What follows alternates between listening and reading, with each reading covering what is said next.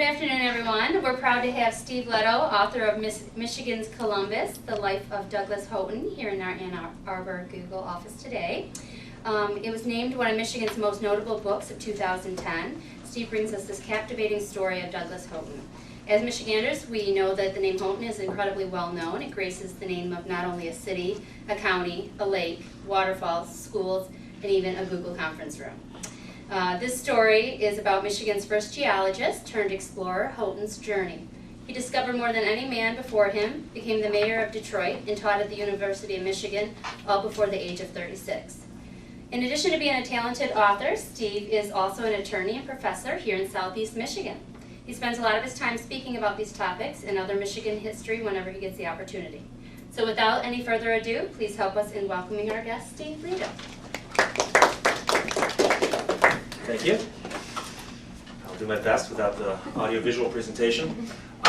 Douglass Houghton is the subject of the book Michigan's Columbus, and it's interesting because I did not coin the phrase Michigan's Columbus. That was actually a phrase attributed to, was given to him by several other people previously, and it's one of those things people ask me. They say, Steve, why would you call him Michigan's Columbus? You know, I say, well, don't worry. You know, Columbus didn't actually discover America, and Houghton didn't discover Michigan, but he was an explorer, and that's the whole point, is that the foremost explorer in Michigan history is Douglass Houghton. So Douglass Houghton was born in New York in the early 1800s, and in a town called Fredonia, New York, believe it or not, near Troy. And he grew up in the area and went to school and went to Rensselaer Polytechnic, where he got a degree in geology. And while he was attending their school, he also was working on getting his medical degree. This is a time back then when you wouldn't go to medical school to become a doctor. You would actually apprentice with someone, and after you learned enough medicine, you would then go stand before the local medical board, and if they thought you were good for doctoring, you became a doctor. And so as he was finishing up his geology degree and his medical degree, the people of Detroit decided that they needed someone to come into town and help them out. And in the 1830s, the population of the city of Detroit was 2,000. At one point in time, the population was 2,222 people. And at that point in time, it was simply just like the entryway to the Northwest Territory. If you look on a map, you'll see that the Lake Ontario, Lake Erie, and then the Michigan Territory would spread far to the west from that. And the Michigan Territory at that time, in the 1830s, actually included what is now Michigan, Wisconsin, Minnesota, and half of North and South Dakota. So for instance, the headwaters of the Mississippi River were in the Michigan Territory in 1831. So the fathers of Detroit actually sent an emissary back east to Rensselaer with the mission to find somebody who could come to Detroit and deliver lectures on wholesome topics. They actually thought that if they didn't have something like this going on, there'd be too much temptation among the local people to do things like drink and gamble and womanize, unless of course you're a woman and whatever the equivalent of that is. And so they asked Houghton if he'd come back to Detroit and deliver lectures. And so interestingly enough, he agreed to do it. He's a young man, probably 20, 21 years old when he got the offer. And he agreed to come to Detroit, and the promise of employment was simply, you can give lectures and people will attend your lectures and you can charge admission, and that admission will be your salary. So Houghton moves to Detroit, he delivers the lectures, and it turns out they're a raging success. Houghton's delivering lectures on things like rocks and trees and plants and farming, all extremely important things though on the frontier. And at that point in time, Detroit is also the capital of the Michigan Territory. So although there's only 2,000 or 3,000 people there, a lot of them are the important people of the territory. People like Lewis Cass, Henry Schoolcraft, and the names that you see now on maps in Michigan or on streets in Michigan or on rooms or on Google. Okay, and that's where a lot of these names came from.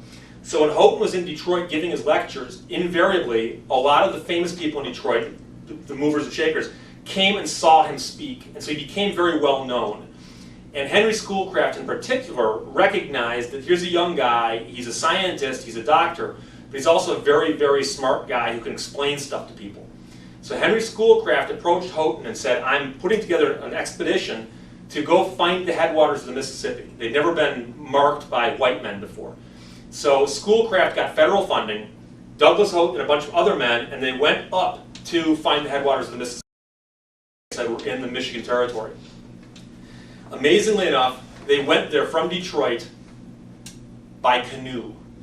So they got in a canoe and paddled up the Detroit River, across Lake St. Clair, up Lake Huron, dragged the canoe over the falls at St. Mary's Falls, and then canoed across Lake Superior, and then went down into Minnesota, and eventually they found the headwaters of Mississippi.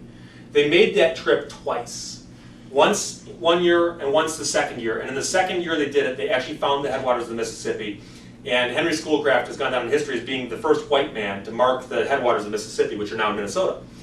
But while Houghton was on that trip, he also was exploring and making note of the geological things he saw. And along the way, he actually did see the Ontonagon Boulder and visited the Copper Country, which is the Keweenaw Peninsula of the Upper Peninsula of Michigan. So he became very, very aware of that in the 1830s. So after these trips were over, he wrote some reports about this. And in fact, one of his reports was circulated in Washington, D.C., because at that time, portions of the Northwest Territory were not states. Michigan wasn't even a state yet. And there was a lot of speculation about whether or not Michigan should become a state or what they should do and how they should divide up the area. So in 1835, Michigan actually had enough people to apply for statehood. You needed to have 60,000 people living within your borders, and then you draft a constitution and you apply for statehood. So Michigan applies for statehood, we hold a constitutional convention, and we get blocked by Ohio. And I like to mention this before, number one, because we're in Ann Arbor, obviously, and everyone knows that, you know, the old saying, "Oh, how I hate Ohio State." It actually dates back to the Ohio War that Michigan had with them in the Toledo War. And there's a borderline between Michigan and Ohio. And if you look on a map, it's not straight. The reason it's not straight is that when Ohio became a state in 1803, they unilaterally declared a straight line from the bottom of Lake Michigan over above Toledo to Lake Erie. When the federal government surveyed it, they actually said it should be a straight line from the bottom of Lake Michigan over to the bottom of Toledo, which would put Toledo in Michigan. But Ohio became a state first, so they declared that Toledo as part of their state. If you went to Toledo in the 1820s and asked people there, what state do you live in? Most of them would have said, we live in Michigan. But Ohio didn't think that. So when we applied for statehood, Congress has got to pass on any state that wants to join the Union. And Ohio actually lobbied actively to block us from getting into the Union. And we had no votes in Congress because we're not a state yet. So we go to Congress, they vote us down. We go to Congress, they vote us down. While all this is going on, a friend of Douglass Houghton, who's the governor of Michigan, Stevens T. Mason, they call him the boy governor. Stevens Mason was about this tall, and Douglass Houghton was about this tall. They call it Douglass Houghton a little doctor. He's 5'4", so he's probably about this tall. Stevens T. Mason rounded up a militia of Michigan men, a Michigan militia, and basically sent them down to protect the Toledo Strip from Ohio marauders. And it's a fascinating concept. There's been books written about the Toledo War. We actually sent Michigan militiamen down there. They sent up Ohio militiamen, and there were actually these skirmishes in the Toledo Strip. And at the time, there wasn't much there. No one ever got shot. No one ever got killed. And the only injuries we know of was that someone got stabbed in the back in a bar on a Friday night, which happens every night in Toledo. So we're not sure if that's actually a war wound or not, but that's the upshot of it. What wound up happening, though, was after all the squabbling got back and forth, and it was getting to the point where it was very embarrassing that this was happening, somebody pulled aside Stevens T. Mason and said, look, you guys are never going to win this because you don't have the votes in Washington to do it. How about this? We'll give you the western 2/3 of the Upper Peninsula as part of your state, and you give up the little strip of Toledo. And so they agreed to do that. So it took 2 years of squabbling, but we basically gave up the strip of land that contained Toledo. It's like just a few hundred square miles. We picked up a couple 100,000 acres of land in the Upper Peninsula based on that. And so we got the western 2/3. We actually got all the way from Sault Ste. Marie all the way over to what is now the line between us and Wisconsin, Iron River, Iron Mountain, Ironwood, the Irons over there. So we picked up all that land in exchange for it. The amazing thing is that back then, all the editorials in newspapers talked about how we got ripped off. Because think about this, in a time before transportation, no roads, the only way to get up there is by canoe, and it takes you a month to get there. Very few people in Detroit would ever see the Upper Peninsula. So to have given up Toledo, which is their backyard, for someplace, it's like giving us something on the moon or the North Pole. So we got the Upper Peninsula in exchange for that. Now that we're a state, Detroit's the capital, they hold a legislative meeting, we elect all kinds of people, and the first thing the legislature does when they're in session is they appoint Douglass Houghton state geologist. It's interesting because we still have a state geologist today, but most people have no idea who he is. I've met the guy, he's a very nice guy. But back then it was an extremely important position. Michigan was a young state. To raise money, they either raise taxes, which they don't want to do first day in office, or they could send somebody out and say, find natural resources that we can exploit. So they sent Houghton out with the job of looking for natural resources that could be exploited, especially if you could find any minerals that could be mined, copper, gold, silver, and then also salt. When you're on the frontier in the 1830s, there's no refrigeration. You need salt for your food, otherwise stuff spoils. You can get all kinds of weird diseases. So salt is extremely important, and we were importing a lot of salt from the state of New York at that time. We had a trade deficit with New York on salt. So Douglass Houghton goes out in 1837 in the fall to explore Michigan. Now it's kind of late in the year, you can only do a short trip. So him and his men pack up their wagons and they hike for an entire day out of Detroit and camp for the night in Royal Oak. So those of you who are familiar with the layout of Michigan, you know that you can do that drive today by car in about 10 minutes. On a bicycle you can do it in an afternoon. And they camp for the night in Royal Oak. The next morning they get up, they pack up all this stuff, they hike for another complete day, and they camp for the night in Pontiac. The third night, they're camping so far out in the wilderness that one of the guys writes in his journal about how they're hearing wild animals, they don't know what they are, they're seeing trees they've never seen before, they're out in a crazy wilderness, and they're still in Oakland County. But that's how undeveloped it was at the time. So these guys travel, they finally make it out to the Tittabawassee River, which is up near Corunna, and they get in a canoe and they paddle out to the Saginaw Bay area, and while they're out there, they actually find the salt wells that became part of the basis, believe it or not, for the Dow Chemical Company. And if you go to the town of Sanford, Michigan, today there's a historical marker where the first salt well was sunk by men that Douglass Houghton has said, dig a well here. So the first year, and people from Michigan know about this, the first year they went up and around the thumb like this. The second year he then went up and went around the entire lower Michigan. And every time he went, he'd bring a bunch of guys with him, and he would be keeping a journal everywhere he went. And his journals survive. We still have them today. And also with him on his trips, there's always 2 or 3 other guys keeping journals, and a lot of their journals survive as well. And it's fascinating because some of these trips, there'd be Douglass Houghton and 2 or 3 other guys all keeping daily journals of everything they did. And you can compare them side by side and reconstruct these trips on a daily basis. It's fascinating because Douglass Houghton is gathering samples, largely rocks, and the other guys are doing the paddling. They'd actually hire guys to do nothing but paddle. You'd hire, they call them voyagers or couriers, and they would do nothing but paddle for you all day long. You're like hired mules, but in a canoe. And so they went up and around, and he's always looking for marketable resources. So for instance, in the lower peninsula, not far past Saginaw, there's a town called Alabaster. It's still on the maps today. If you go there today, there's not much there, but you can see the evidence where there used to be open pit mines there, and they used to mine gypsum and alabaster. If you ever read the book Devil in the White City by Eric Larson about the Chicago World's Fair in 1893 and the serial killer there, it's a fascinating book. Anyways, they called it the White City because they built these buildings that were bright, brilliant white. And the white in the cement came from gypsum and alabaster from Alabaster, Michigan. And that was discovered by Houghton and his men in 1838. So they also found, there's rocks that he quarried at Drummond Island. They found clay in a bunch of different places. They found salt springs over in Grand Rapids, and so on. So he'd do a trip around, come back to Detroit for the winter, write his report, give his report to the legislature. And he's a government official, so he's getting paid a salary to do this and then a budget to do this as well.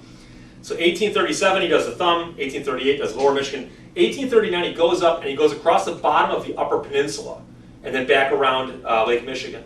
And on that trip, for instance, he actually encounters a flower growing on the beach that looks like goldenrod. And Houghton, besides being a geologist and a doctor, was also an amateur biologist. And he recognized that the goldenrod looked funny, so he brought some samples home. And he showed them to a friend of his named Zena Pitcher, who's also, I think, a professor at U of M. And he said, yes, that is a previously unidentified goldenrod. So it's now called Houghton's goldenrod. So if you go to the DNR website for the state of Michigan, under endangered species, there's actually goldenrod that you can only find growing in the wet sand between the high water mark and the sand dunes at the tops of Lake Michigan and Lake Huron. And it's endangered because it only grows these little tiny little strips of grass, and most people don't know what they are, but it's goldenrod that looks a little different than typical goldenrod. The whole time Houghton's doing his exploring, he's being pushed the whole time because people want him to go explore the copper country. People had known about the copper in the Upper Peninsula for probably about 300 years at that point. There are stories in Europe in the 1600s of there being large deposits of copper someplace in the New World. And a lot of people outside of Michigan don't know this, but copper in nature normally does not occur in its natural form. Usually it's ore that has to be processed and crushed and smelted.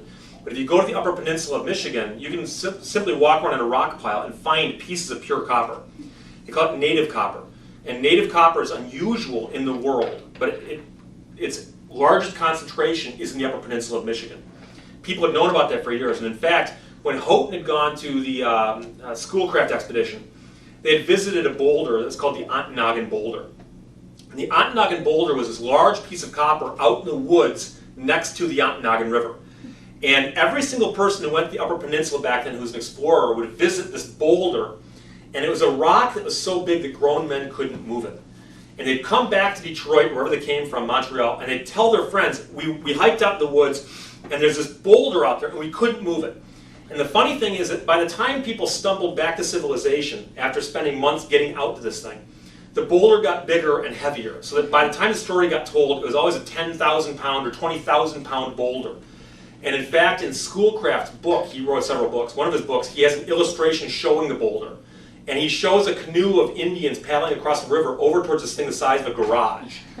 And in reality, the Ontonagon Boulder is about the size of a microwave oven. It's about this big. And we know how much it weighs. It weighs 3,700 pounds. But the interesting thing is that the tales of the Ontonagon Boulder coming back to Detroit, the stories coming down, it spurred people to think, oh my gosh, there's just copper laying around up there just to be picked up off the ground. So in 1840, Douglass Houghton and his men went across the shore of Lake Superior on the northern shore of the Upper Peninsula, got to the copper country, and spent a lot of time exploring the Keweenaw Peninsula. While they were up there, Houghton gathered samples of both the native ore and the copper ore, or the native copper and the copper ore. And the ore he brought back was 47% pure. And there's a copper industry in Cornwall, England, based on ore that's no better than 12% copper. So he said this ore shows that they can mine it up here, and that's great. And he also noted the fact that there's this native copper up there in huge quantities as well. So he wrote that report, and they refer to that as his 1841 report, and that's the one that they often talk about as being the one that sparks the copper industry up there. Because he was the first person of any learning to actually write a report that said, yes, it's up here, it can be mined, and someone can establish an industry based on this. People took his report to Boston and got investors to put up the money to start the companies that became the Quincy and the Cliff and the Calumet and Hecla and so on. So that's Houghton's work as geologist. So it's 1841, he's basically done now though. So Douglass Houghton then, on top of everything else he's done, then approaches the federal government. He's also trained as a surveyor. Back then surveyors were very common, it's kind of like lawyers today. I think everybody knew a surveyor. They often joke that Mount Rushmore is 3 surveyors and a president, because 3 of the 4 presidents of Mount Rushmore were surveyors. So Douglass Houghton went to the federal government and got the contract to finish the survey of the Upper Peninsula of Michigan. And if you ever go to Sault Ste. Marie, there's actually a spot, I have a photograph of it, I'll show it to you later. If you look at a map of Michigan, there's Baseline Road, which is the baseline that runs across the bottom of the state of Michigan. It's also 8 Mile Road. And there's also a line that runs north-south called the Meridian. And the Meridian, when it goes through Lansing, for instance, becomes a road called Meridian. And there's a mall called Meridian Mall on that road. Every property description in Michigan is based on its relationship to the intersection of those 2 lines. It's like a big grid. So they would start in Sault Ste. Marie and survey their way across, working west from the Meridian, and they knew how far north they were from the baseline. So the interesting thing is that if you go up to the Upper Peninsula today and find the property descriptions, and go find the corners of those property descriptions, many of those corners were marked by Douglass Houghton and his men back in 1844 and 1845. And in fact, in the book I've got a photograph of a bearing tree. And what that is when they got to a corner of an intersection that's very, very important, like the corner between 2 townships, if there was a tree near it, they'd actually take out a big piece of metal and they'd carve off the bark. And they'd take a scribe and carve numbers into the side of the tree. So say like 33 north, 58 west, section 16.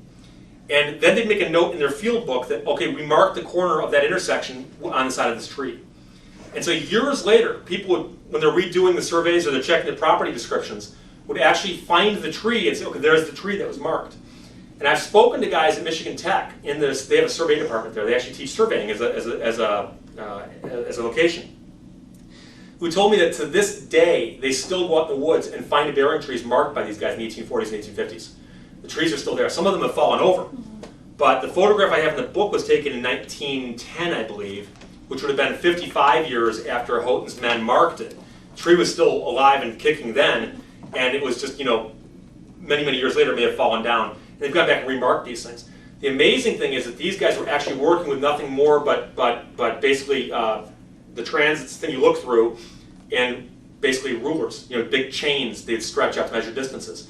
And even working that way across the state very, very slowly, they actually, on the far end of the state, had a margin of error plus or minus only like 10 feet, which is amazing to think about in a day long before GPSs and satellites. If you think about just the difficulty of shooting a straight line across a swamp, or through woods, or across a mountain ridge. And it's interesting because when I was researching the book, I'd known about him doing the geological work. I didn't even know that he was a surveyor when I first started doing work in the book. I actually found an article written by his nephew. And his nephew had actually worked for him one summer doing survey work. And his nephew had basically gotten a job as a gopher on the expedition of 1845. And one of the things he talks about doing is carrying barometers. And that answered one of the questions they had is how do they do elevation changes? Because if you think about it, I suppose you could triangulate elevation changes. But actually it's easier to, for instance, when you're at Copper Harbor where they spent one summer, you have one guy sit down at the lakeshore with a barometer and take barometric readings at the top and bottom of every hour. And then if you're out in the woods hiking and you're surveying, when you get to the top or bottom of something, you'd stop there and wait to the top or bottom of the hour and you'd get your barometric pressure reading. And then at the end of the day, you go back and you recorrelate those two.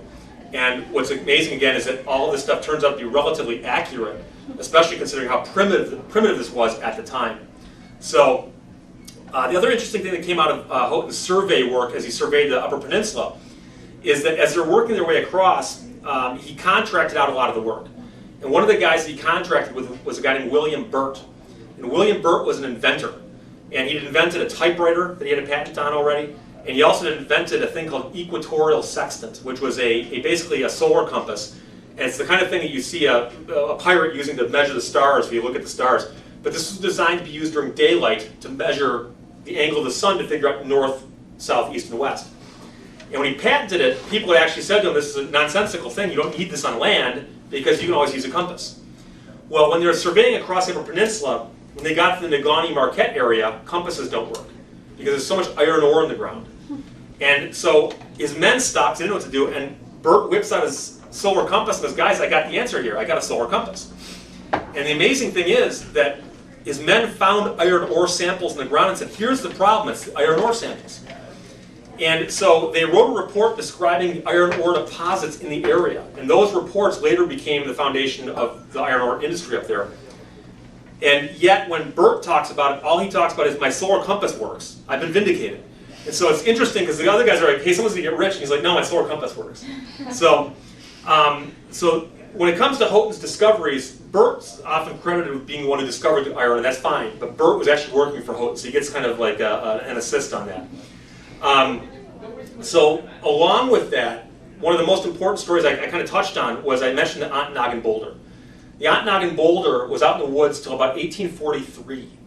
And what happened was, as the stories drifted south about it, an enterprising guy in Detroit named Julius Eldred decided he's going to go get it. And so this is back, Wild West days almost. He gathers up some men and some equipment, and he heads up the Ontonagon Boulder, and there's a whole story behind it, because some other guy sitting on it claims it's his. It's like a Dr. Seuss story. And this guy manages to talk the other guy out of it, has to pay him some money, and he starts using winches and blocks and tackle and all kinds of heavy equipment, and he manages to pry the thing out of the ground, and he gets it loose. He then puts it on a train car, and he actually brought his own train tracks up there, and he actually brought train tracks and rolls it, and he does this thing where brings train tracks around. There's a Wallace and Gromit cartoon that does the exact same thing, but much faster motion. So he gets the Ontonagon Boulder down to the shore just as the Army shows up. And the U.S. Army had sent somebody up there because they heard the rumor that someone's prying the Ontonagon Boulder loose. And the Army said, guess what? That's federal property. You don't have a permit to pull that out of the ground. It's ours now. And so the federal government seized the Ontonagon Boulder from Julius Eldred and took it to the War Department in Washington. Julius Eldred followed it there and filed a lawsuit against the government saying it was his. They wound up paying him a couple $1,000s for it. And long story, it winds up at the Smithsonian in the basement. So if you go now to the Smithsonian, you can see the Ontonagon Boulder. Like I said, it's about this big. The amazing thing is it weighs 3,700 pounds. Now 3,700 pounds is a lot of weight. A lot of cars on the road today right around that, 3,700 pounds. But amazingly, by today's standards, that's not even a significant boulder, because they have found much larger boulders than that. So if you ever go to the Upper Peninsula and you go to a town called Calumet, as you drive into Calumet, there's a park called Agassiz Park, and there's a statue of a guy named Rudolph Agassiz sitting there, and directly in front of him is a big piece of copper. And it's about the size of this screen here, but upright on the side of the road. And that weighs 9,000 pounds. So it weighs more than double what the Ontonagon Boulder weighs. And that's just by the side of the road. Anybody can go by with a tow strap and just grab it, okay? About $3 a pound these days, so get you some money. The weird thing is that that's nowhere near the largest boulder they found up there. They actually found a larger boulder that's on display if you went to Tech. Up at the top of the hill, the other side of this, the canal, the Quincy Mine Hoist. Yep. Okay, the house is up there. Inside that building, they have on display this huge boulder of copper they found at the bottom of Lake Superior that weighs 33,000 pounds. And is about 20 or 30 feet of water. Some scuba divers were out there, and one of them noticed that this looks like copper. They came back and checked, sure enough, it's all copper. And they got a barge and these huge lifting straps, and they picked this thing up off the bottom of the lake, and they put it on display, 33,000 pounds. That's the third largest boulder we know about up there. About 2 or 3 years ago, some construction workers working near the top of the hill, doing a parking lot for Portage Health Systems, scraping down, hit a piece of copper that weighed 56,000 pounds. And that was such a big piece of copper that it actually was in the way. And the company's called Moyle Construction, and Moyle's a big name up there. And the Moyle Construction actually went to the property owner and said, we'll split the cost with you if you let us remove this and sell it. And so they took the 56,000 pound boulder out of there and sold it. The rumor is they sold it to the Chinese, because they're chewing up all kinds of copper right now in their infrastructure, building dams and all that. But they've actually found an even larger piece of copper. It's on private property out there than that. But that's just kind of funny because the Ontonagon Boulder turned out to be so small by comparison. But that's the one that had all the imagination sparked of all the prospectors and so on. So anyways, Houghton's done with all his exploring. He's done with all his surveying. He's 36 years old. He's been offered a job to teach at the University of Michigan, which he's accepted, by the way. But you have to remember that U of M back then is different than the U of M today. When U of M started in Ann Arbor, it was actually originally in Detroit, and they moved it. If you're ever in the City County building, which is the building in Detroit that's got the Spirit of Detroit out in front of it, there's a plaque inside the building on the wall, and it says, this is the site of the original University of Michigan. They moved it to Ann Arbor. It had a class out here. The entire student body was 12 students.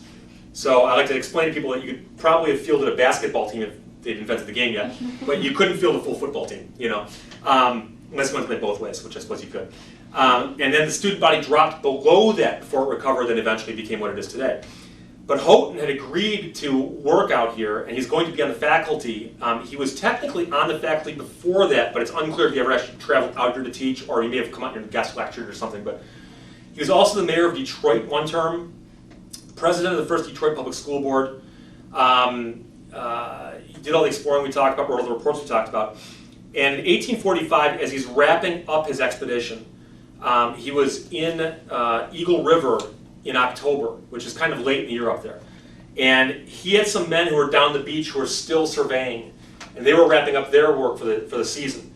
So he went down by boat to visit them and to drop off some supplies, and also to pick up 2 men who needed to get back into a ship to get back to Sault Ste. Marie. And on his trip back, they got hit by a snowstorm in October.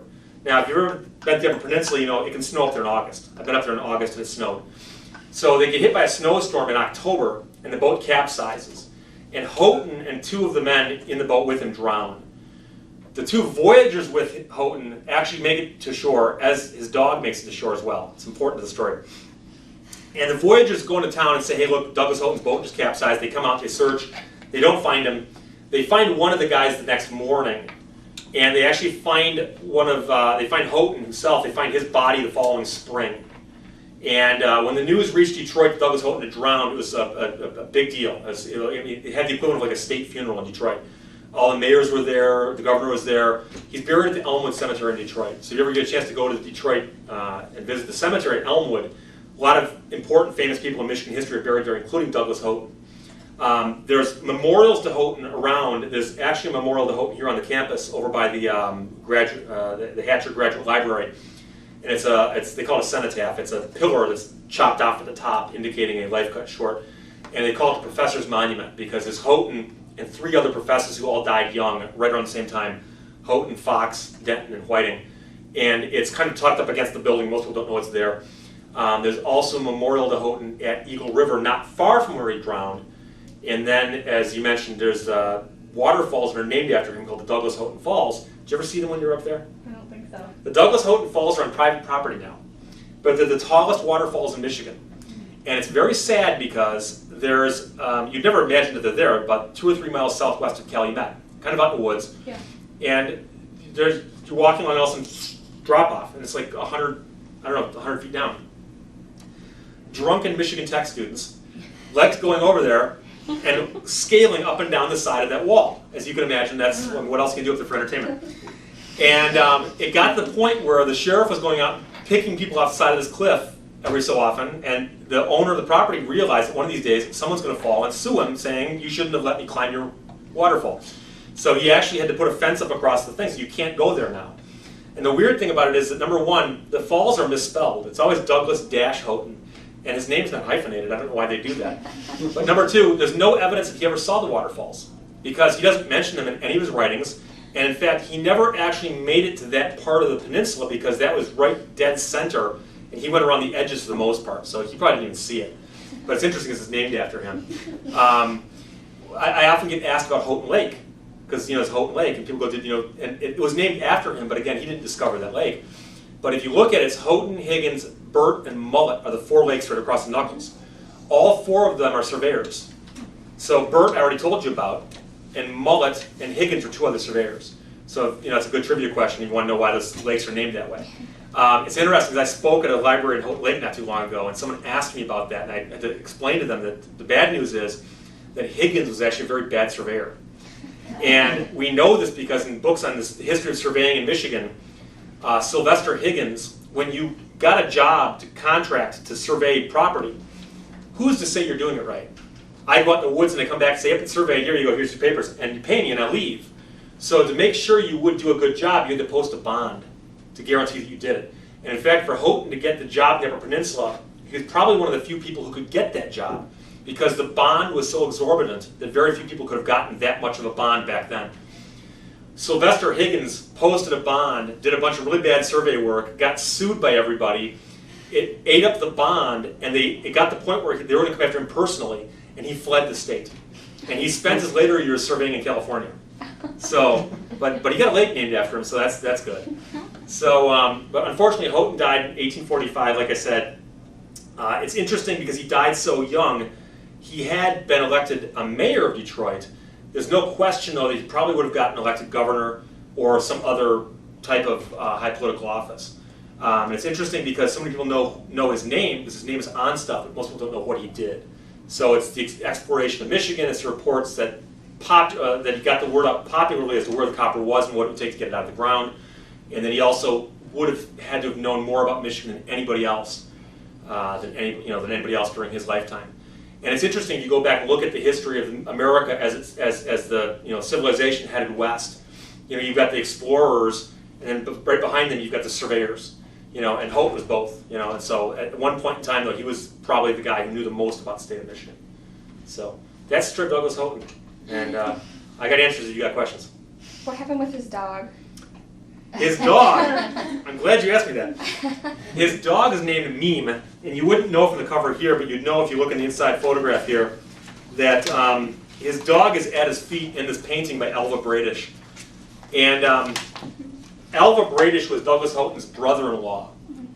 And Elva wrote a very, very nice biography of Douglass Houghton in the 1880s, which is probably not terribly historically accurate because it's filled with all kinds of glowing praise, and the guy walked in water. And one of the things that he does mention, though, is that Meme made it back to Detroit and then was shipped back east and spent his last years of his life on Douglass Houghton's parents' farm. Oh my gosh. So if it's true, it's a great story. I don't know if it's true. I was discussing it with somebody recently, and they said, well, what are the logistics of shipping a dog back to the 1840s? And I'm not sure, I do like to point out that Elva Bradish was a painter, And he's not a bad painter. I mean, he did the portrait here on the cover. But he wasn't a terribly great painter either. He spent a lot of his time trying to talk people into letting him paint their portraits. And when I was doing research on this, I encountered correspondence between Bradish and other people.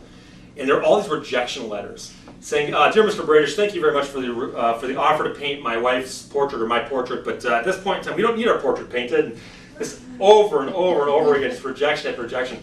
And the one time that Douglass Houghton sat for a portrait, Bradish painted in about 1835. He's seated in a chair, and it's a typical portrait, guy sitting in a chair and painting. And that painting still exists. It's at the Geological Survey in Lansing. After Douglass Houghton died, Alva Bradish then painted this life-size portrait, full-size portrait of him standing in front of what he imagined the pictured rocks looked like. Alva Bradish never saw the pictured rocks, and it's obvious from the painting. But it's funny because in a time before photographs, how would you know what they looked like? And so you'd have drawings of the pictured rocks, or else you'd have these word descriptions of the pictured rocks in the newspapers and so on. But it's kind of funny because first when I saw the portrait, I'm like, well, it's a great portrait of Houghton, but it's not a very good portrait of the pictured rocks. But that full-size portrait hangs at the Capitol building in Lansing. And that's interesting, too, because there's a twin of that portrait at the Michigan Tech Mineral Museum. And there's also 2 or 3 duplicates of the Houghton portrait. There's one at the Detroit Historical Museum, one at the Portage Lake District Library. And it looks like Alva Bradish, when he couldn't get other people to agree to let him paint their portrait, he would then just start knocking off Houghton portraits because he knew that he had a market for them. So. I'm always amazed by the preservation of the historical knowledge. Talk about how the research was for this book, or how challenging is it to put all of these pieces back together again? Well, see, it's interesting because for this book, everybody in the book has passed away. So I've got to go out and find stuff they left behind. I've written books where every person I'm talking about is still alive, and I can track them down, just interview them, and that's very, very easy. Luckily, though, a lot of the people in this book kept journals. So Douglass Houghton's field notebooks still exist, and they're at the Clark Historical Library in Mount Pleasant. A lot of his papers, though, wound up at the Bentley Historical Library here in Ann Arbor. And so I had to go to these different libraries and dig through reams and reams of papers. But like, for instance, to see, I have a photograph here in the book of one right inside. That's one of Douglass Houghton's field notebooks. And he had about 20 of these that survived. And it's just a leather-bound book. It's like the size of like a reporter's notebook. And it's got pencil marks where he's written in pencil. And March 3rd, 1841. Here's what I saw today. Here's what I saw, and just lists what he saw. And it's fascinating because a lot of it has got water spots on it. It's got splashed by the paddle of the canoe or something. And he wasn't writing it thinking someone else would come by later and deconstruct it. These are notes he's keeping for himself. Some of the other stuff, the journals the other guys were writing, I'm sure a lot of them were expecting to get read, but they seem to be very honest, But that was a lot of fun. I mean, some of it's very mundane. I mean, Douglass Houghton 4 days in a row would say he saw rocks and dirt. It wasn't real exciting stuff, but it was accurate, And so that was a lot of fun. But that was a neat part. One of the most interesting things I found doing this research was that Douglass Houghton had a brother named Jacob, and Jacob was Douglass's younger brother. And when Douglass Houghton was exploring up in the Upper Peninsula, Jacob Houghton got hired by a local mining group to help them scout for mine opportunities. So the night that Houghton's boat capsized, Jacob Houghton was camping inland about 2 miles. And someone in town actually ran into the woods and found Jacob Houghton and said, "Your brother's in a boat that just capsized." Jacob Houghton came out and helped with the search for his brother. And I'd never heard that before until I was going through the papers at the Burton Historical Library in Detroit, and I was going through, I think it's the Houghton family papers. They have just some correspondence there. And they have the letter that Jacob wrote to his parents explaining what happened that night. And previously, the other historians who have talked about Douglass Houghton had always relied upon this report that was put together by one of the guys who came down from Fort Wilkins at Copper Harbor to help with the search as an Army guy. And the Army guy came down a few days later, he helped with the search, he interviewed some people, had to draft affidavits, and he wrote a report and handed the report in. And the report's fairly accurate, but it lacks the emotion of Jacob Houghton telling his parents, "Here's how your son died." And he explains the efforts they went to and what he did to help them look. And at one point, he got to the end of the beach and he climbed a tree so he could look further down the beach. And little details like that you don't get anywhere else. And I mean, I had the original letter in my hands, just in this beautiful, the scroll of the old, fountain pen. I mean, it's amazing. So that's a lot of the fun of doing this kind of research. That's great. Yeah. You talked a little bit about, before we were taping, but can you talk a little bit about your next project and what you're excited about with that? I am writing I've written a book about the Chrysler Turbine Car Project, which was in 1963. Chrysler built a fleet of jet-powered cars. And it's interesting, they've been working on jets since 1950. They put a jet engine in the car in 1953. And they finally decided that they had one that was so practical that anybody could drive it.